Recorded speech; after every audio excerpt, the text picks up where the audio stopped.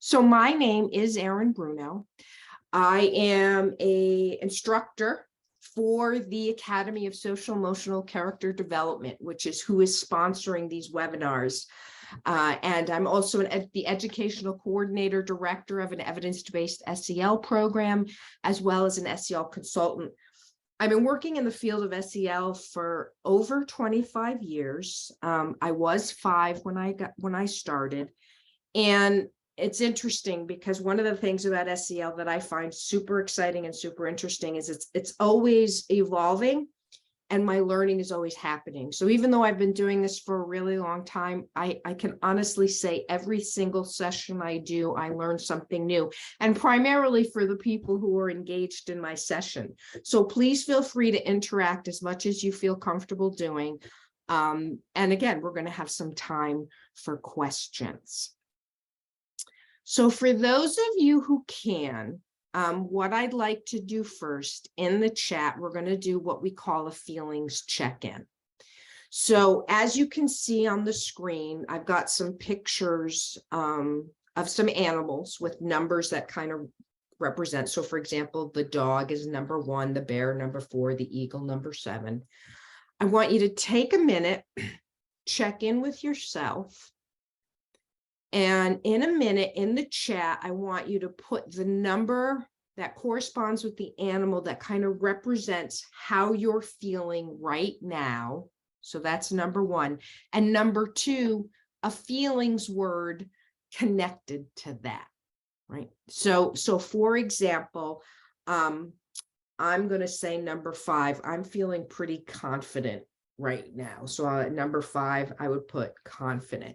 So in the chat, if you wouldn't mind just doing a very quick feelings check-in, look at the pictures, which picture kind of corresponds with how you're feeling right now in this moment.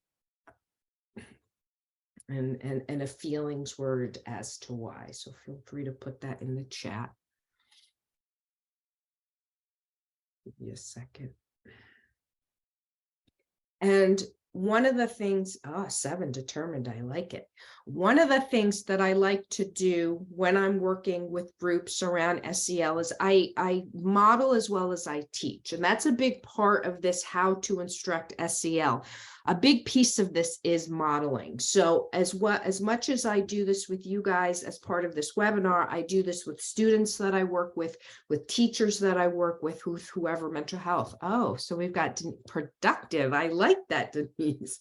Martha, curious. Awesome. Great. Any other feelings check-in? All right. So what I'd like you to do, you've done your feelings check-in. Everybody seems to be in a focused spot. If we could just take a few minutes, take some breaths, focus in on our next step. And I'm going to ask the question, why do we do a feelings check-in? What is it about that? What is it about a feelings check-in that's so important? Whether we're doing it at the beginning, whether we're doing it with adults or students, what is it about a feelings check-in? Why do it? Any ideas? Feel free to either unmute yourself or put it in the chat. We are a small enough group. You can definitely unmute yourself if you're able. Any ideas about it? Why we do a feelings check-in? And I do this at the beginning of every session. I think it's sort of grounding, and it sort of brings you to the present moment. Absolutely. It's definitely grounding. It's definitely bringing you into the present moment and focusing you. Was somebody going to say something else?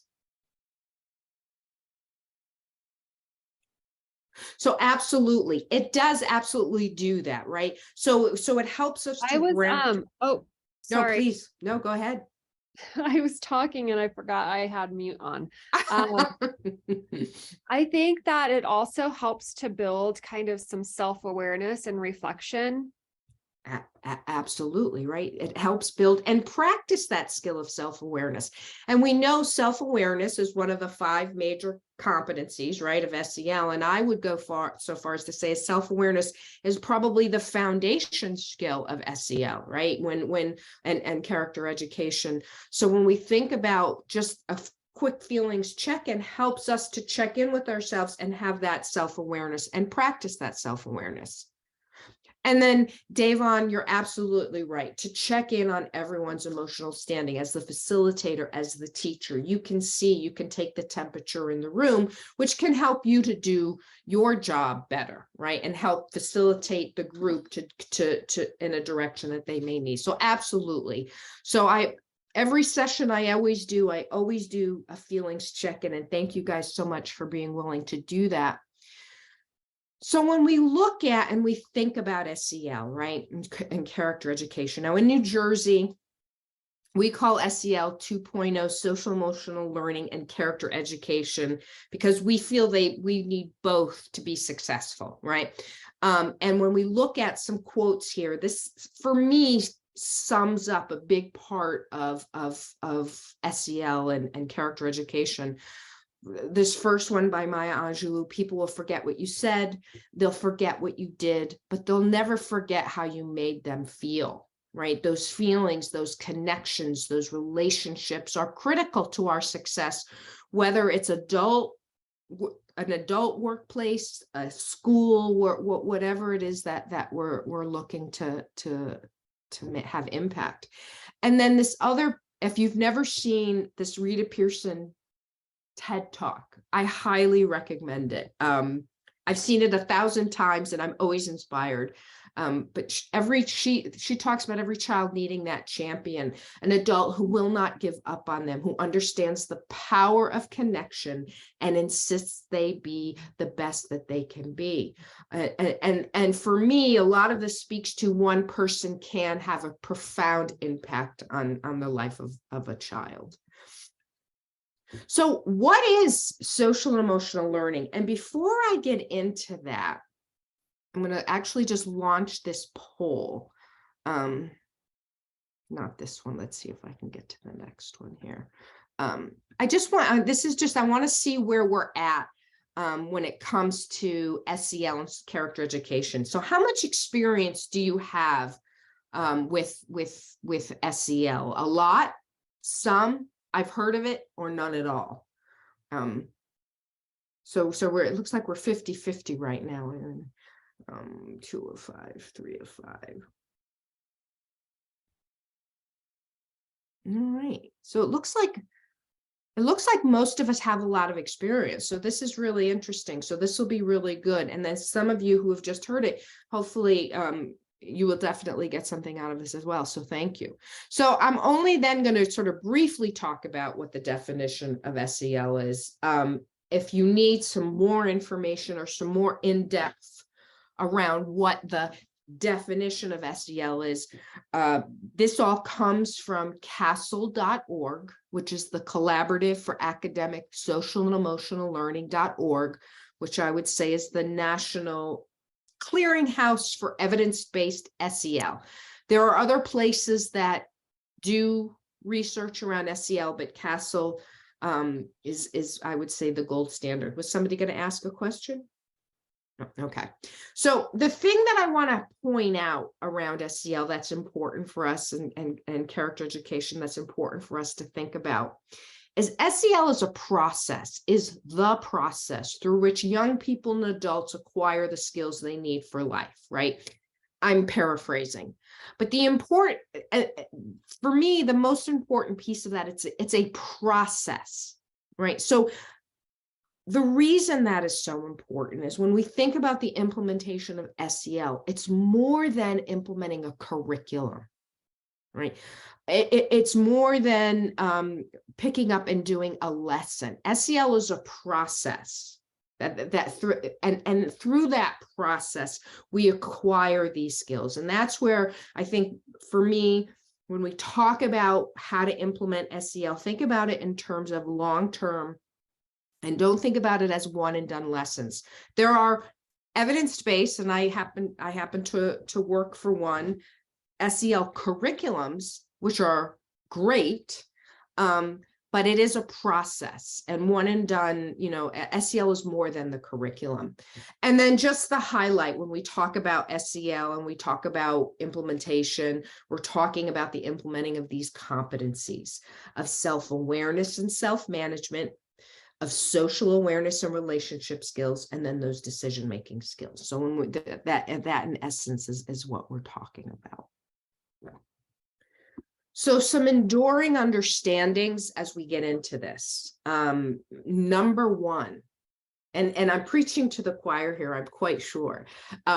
Caring relationships form the foundation for all lasting learning. We learn best in the context of a caring relationship, right? Number two, and neuroscience is clear about this, we know this, and I think we know this intuitively, emotions affect how and what we learn.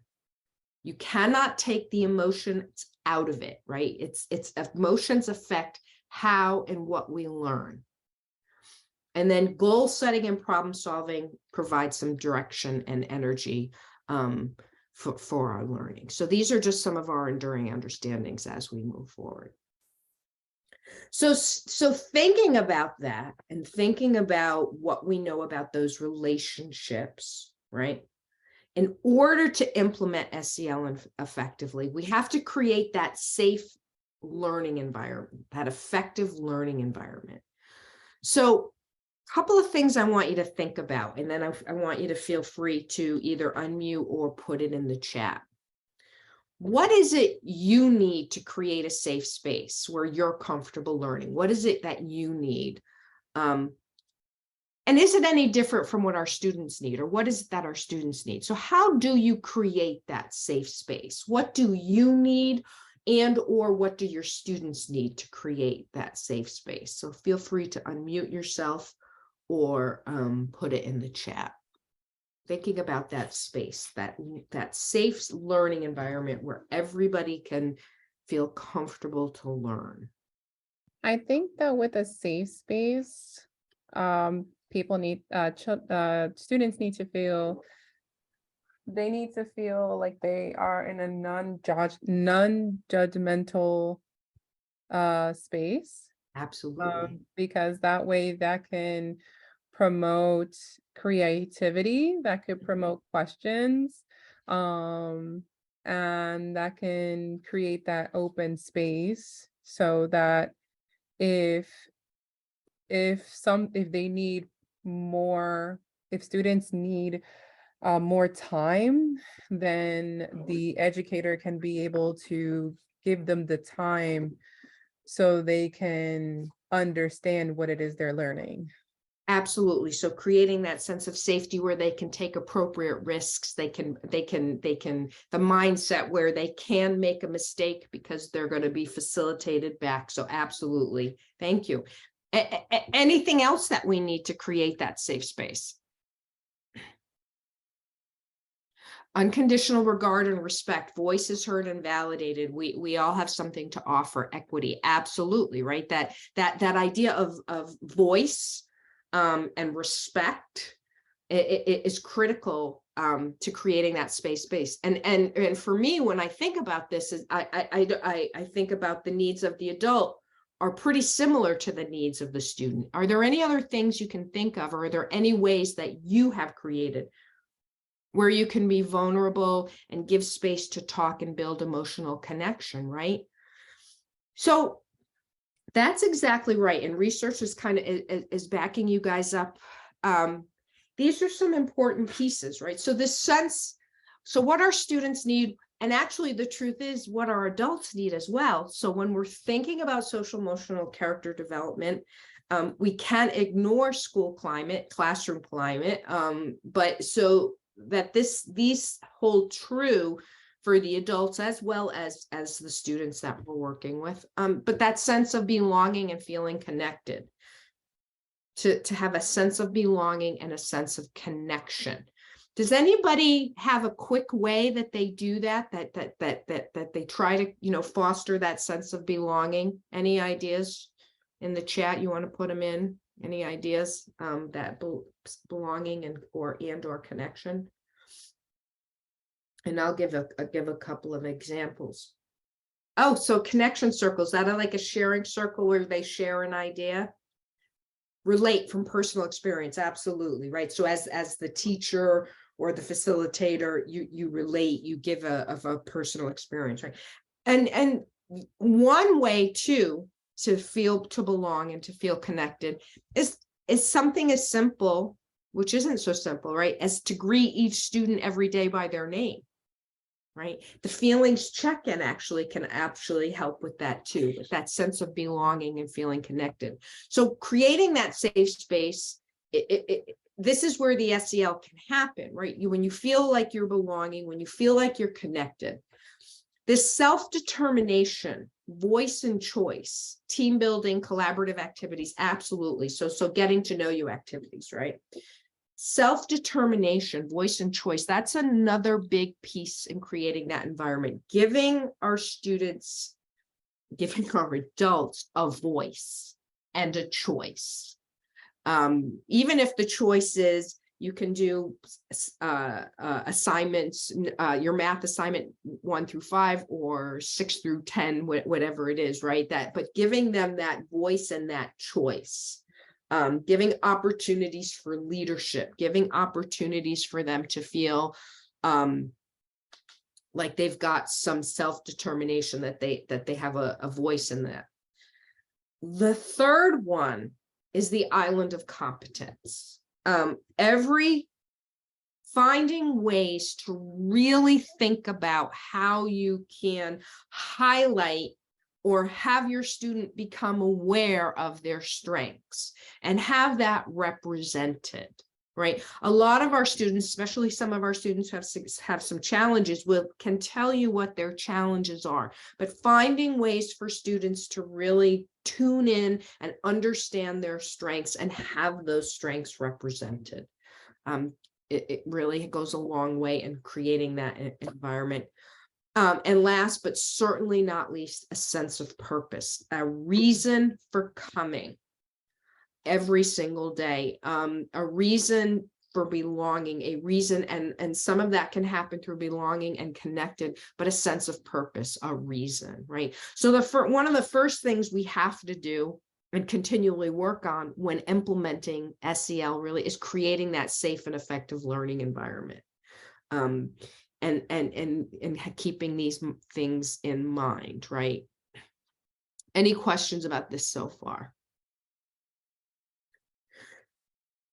So the next thing I want to talk about is this castle wheel. I know many of you have seen this before, and we talk about self-awareness, self-management, social awareness, relationship skills, and decision-making skills, competencies, I'm sorry, and the skills that are underneath. But what I want to talk about now are these outer circles, right? When we think about SEL implementation, when I go back to what I talked about earlier, SEL is not a curriculum. There are SEL curriculums who aid in the process, but it's not a curriculum. So when we look at what research shows that works, what we know works, there are 4 approaches. In a perfect world, we're doing all 4, right?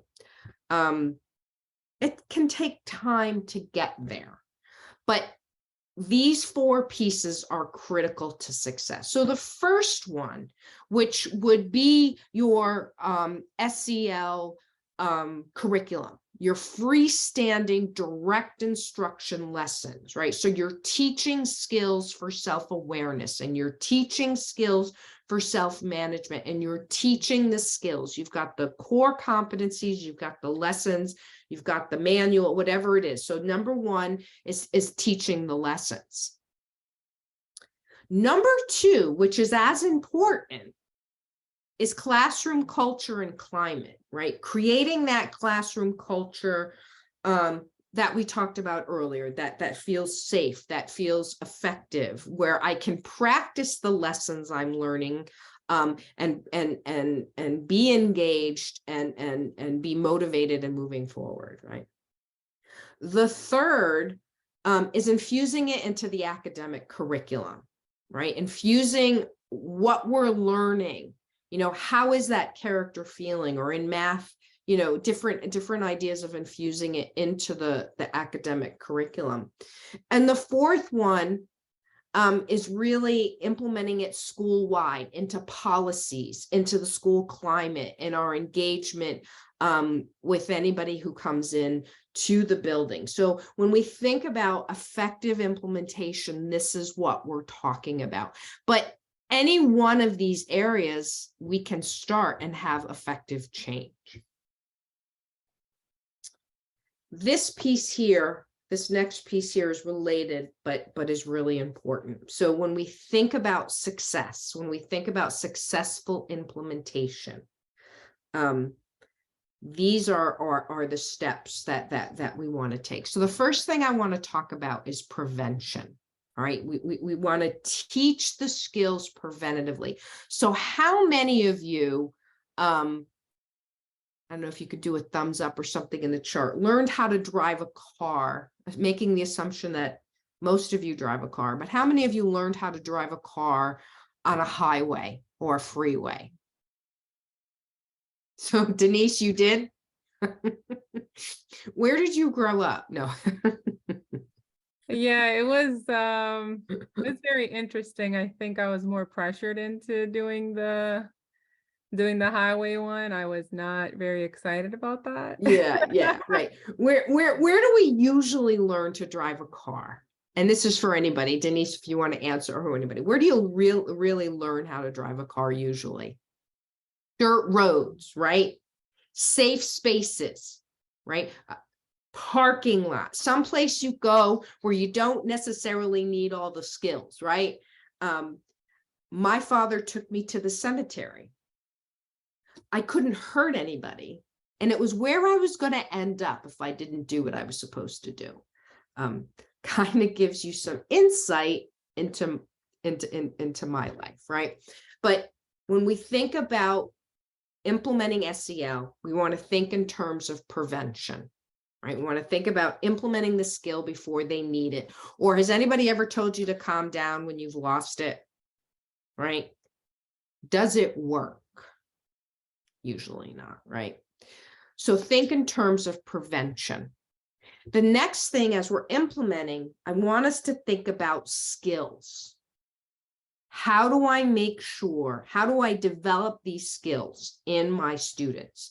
So for example, making sure they've got a skill for emotional regulation and focusing on that skill. Or one of the things that I always think about, we talk a lot about group work, right? And how group work or pair shares or those kinds of things are great activities for students to really engage in learning, but some of our kids don't have the skills to work in a group. So maybe we've got to focus a little bit of time on showing them, giving them the skills of how to work in that group. So focusing on the concrete skill, because you know what happens when we assume, right?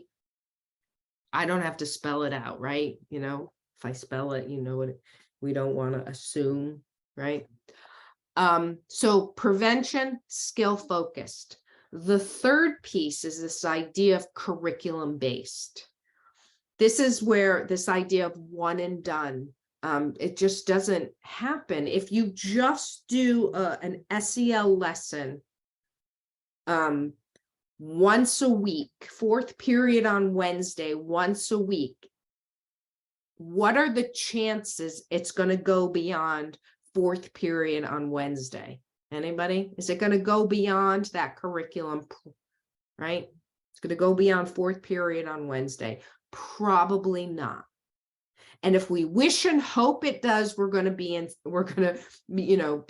trouble. So curriculum based really talks about how do we take what we're learning and infuse it into our academics, into our discipline, into our school climate, into our school culture. So really thinking about how we can really make it part of what we do. An example of this, I was teaching here in New Jersey, where I'm based out of New Jersey. We have a harassment, intimidation, and bullying law. And one of the things that I had to do was go around to different schools, and I was doing presentations for youth on anti-bullying. And, middle schoolers, so we did some role plays, we did some things, question and answer. And every single student I had was able to answer the questions and give me the information that I was looking for. 5 minutes later, the session is over, the class is dispersing, and what happens in the hallway? Right? Some of the very behaviors we were talking about earlier that they said they wouldn't do, right? So really, really thinking about how we infuse it. Multi-focused, again, getting your staff on board, as many people, whether it's parents that are willing to kind of take on some of, the language, whether it's fellow teachers or guidance counselors or school counselors, because our goal with all of this, our goal with SEL, our goal with teaching these skills is overlearning. We want our students to have access to the skills that we're teaching them under stress. And that doesn't happen in a one-shot deal. It doesn't happen with just a simple curriculum lesson, right? We need a lot of practice with feedback, practice with feedback. And a way I think of that is, if you want to build this muscle here, if you really want to build this muscle, you have to lift weights 3 or 4 times a week, really, right? To really see some definition or build that muscle. And it's a very similar idea. We want our kids to have access to the skill under stress. Many times our kids can tell us how to do something in a calm state, but when triggered, they don't have access to that skill. And that's because they haven't overlearned it yet in certain situations. So we really need a lot of practice. So again, when we think about developing our SEL programming, when we think about implementing SEL, really think in terms of prevention, focusing on the skills, curriculum-based, multi-focused, with the goal of overlearning, because that's really what we're trying to accomplish. And it's this whole idea of knowledge versus skill. A lot of our kids, a lot of our adults have the knowledge of how to do things. Maybe not, but generally, but they don't have the skill. So when we think about skill building, there's a process that goes along with this, right? And this is this teach, model, prompt, practice. So I am going to teach you the skill of speaker power. Okay, so this is speaker power. Who can guess what speaker power helps us to learn?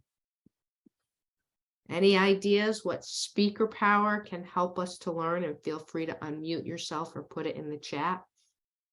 If you had to take a guess as to what speaker power is, what is speaker power?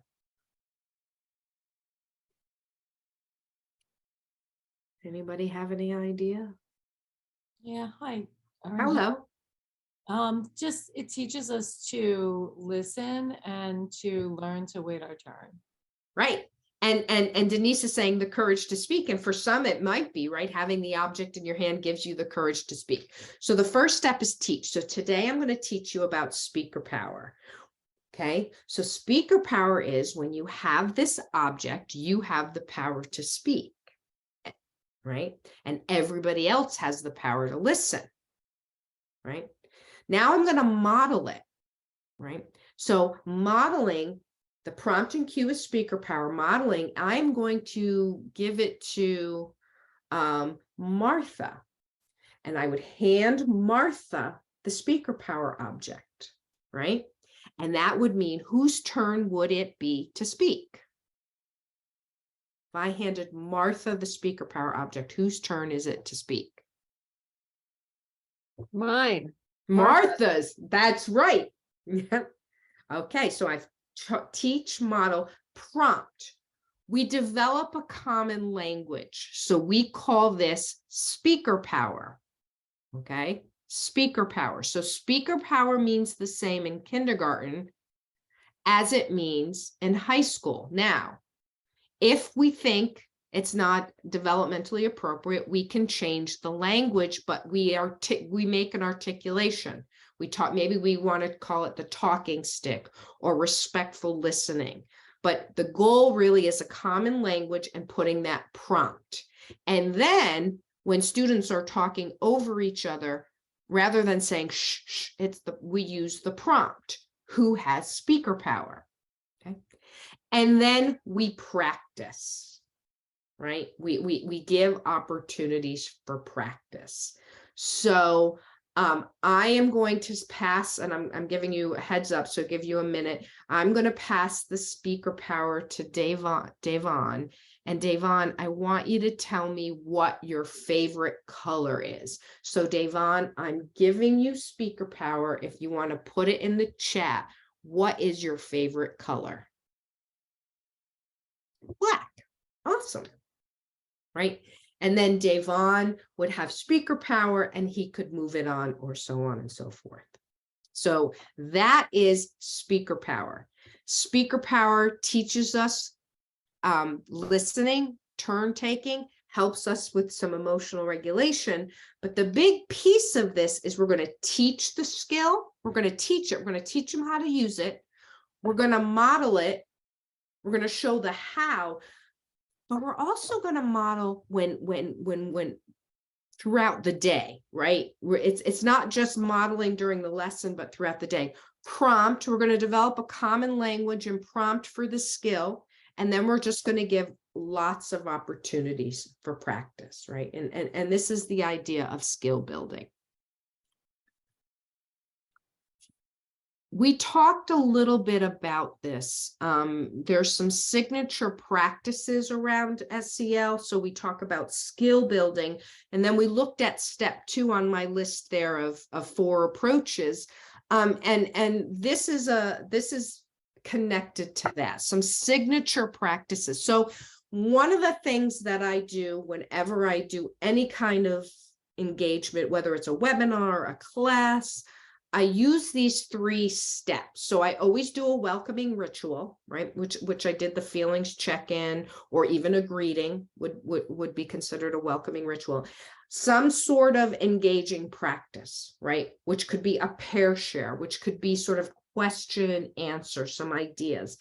And the third thing that I always do is some sort of optimistic closure. These are signature practices that help our students, to feel connected, but also give them opportunity for reflection and practice of the SEL skills. So thinking about looking at how to really implement and implementing the SEL piece, these pieces are really important to that process. And at the end of the day, what we know, and I'm sure many of you have a lot of experience with SEL, and you know, those of you who might be relatively new to it, you think to yourself, well, this isn't rocket science. I've been doing this forever. And a lot of times we are always actually doing social emotional learning. We can't be engaged in connection without doing social emotional learning. Our goal, though, is to be intentional, to be systematic and intentional with what it is we're teaching. And that's really the shift, being intentional and systematic in developing the skills and influencing the school climate. Because there's a couple of things that we know, and I alluded to this a little bit before. We've, as the adults in the building, we have to sort of practice our own skill development as well. There's always work for improvement. There's a lot of research around adult SEL, and some of it, you know, really talks about teachers who are mandated to teach the curriculum, but don't cultivate their own practice, actually can have a counter effect, right? Can be somewhat detrimental. But in contrast, teachers who develop their own SEL skills improve their own well-being, which then improves academic outcomes and improves our students' learning as well, decreases teacher burnout, so on and so forth. So I just wanted to put that in there, that when we're implementing SEL, really thinking about the adult part of it, the teacher part of it, or the school part of it, or the adult piece of it. And I'm just touching on these because we do have webinars around this idea. But again, when we think about systematic and intentional, SEL and equity can share a common goal, right? They absolutely share a common goal if done. But SEL skills in and of themselves are not sufficient for creating the equitable and learning environment. We need to bring in the character education, bring in the values of equity, and that they are taught explicitly in our SEL education. That our own self-awareness, that we're always working on our own self-awareness and our own biases. We're developing those social relationships in our classroom and creating that sense of safety, and really taking the responsibility for making, taking action to improve community well-being and working on our own self-management. And I'm going to be honest, that's one of the things that I am always working on, is that self-management piece and remaining calm under stress. And then just SEL and our trauma work, there are connections to that as well. That in order for our trauma work to be effective, our adults need to have some SEL or emotional intelligence skills, but also supporting our students' well-being and trauma-sensitive practices.